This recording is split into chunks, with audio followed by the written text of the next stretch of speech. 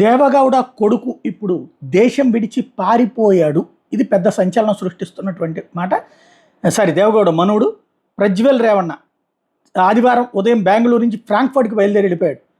మరోవైపు కర్ణాటక ప్రభుత్వం ఇతని మీద వచ్చిన వీడియోల మీద దర్యాప్తు కోసం స్పెషల్ ఇన్వెస్టిగేషన్ టీంని ఏర్పాటు చేసి అందుకే అతను పారిపోయాడని చెప్పి కాంగ్రెస్ వాళ్ళు ఆరోపిస్తున్నారు. లోక్సభ ఎన్నికలకు ముందు ప్రజ్వల్కి సంబంధించినగా చెప్తున్న అసభ్యకర వీడియోలు వైరల్గా వచ్చినాయి.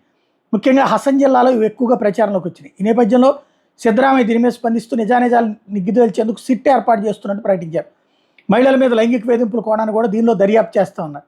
రేవಣ್ణ పేరు చేడగొట్టడానికి నవీన్ గౌడ మరికొందరు కలిసి ఈ క్లిప్పులు వ్యాప్తి చేశారని జేడీఎస్ బీజేపీ కలిసి వాళ్ళ తరఫున ఎలక్షన్ ఏజెంట్ పూర్ణచంద్ర గౌడ ఇప్పటికే కంప్లైంట్ చేశారు.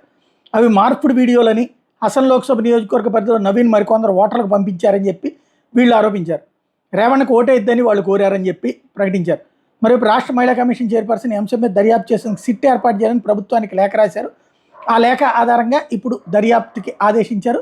హసన్ నియోజకవర్గం దేవగౌడ కుటుంబానికి కంచుకోట కావడం, రాజకీయంగా పుట్టస్వామి కుటుంబం వీళ్ళ మీదనే కుటుంబం మీద వీళ్ళదే ఆధిపత్యం కావడం, 94-2004 అసెంబ్లీ ఎన్నికల్లో పుట్టస్వామి కొల్లి నరసీపుర శాసనసభ స్థానానికి పోటీ చేసినా కూడా దేవగౌడ పెద్ద కొడుకు రేవಣ್ణ చేతిలో పరాజయం పాలవడం, 2008-13 అసెంబ్లీ ఎన్నికల్లో పుట్టస్వామి కోడలు అనుపమకి మాత్రం ఓటమి తప్పలేదు.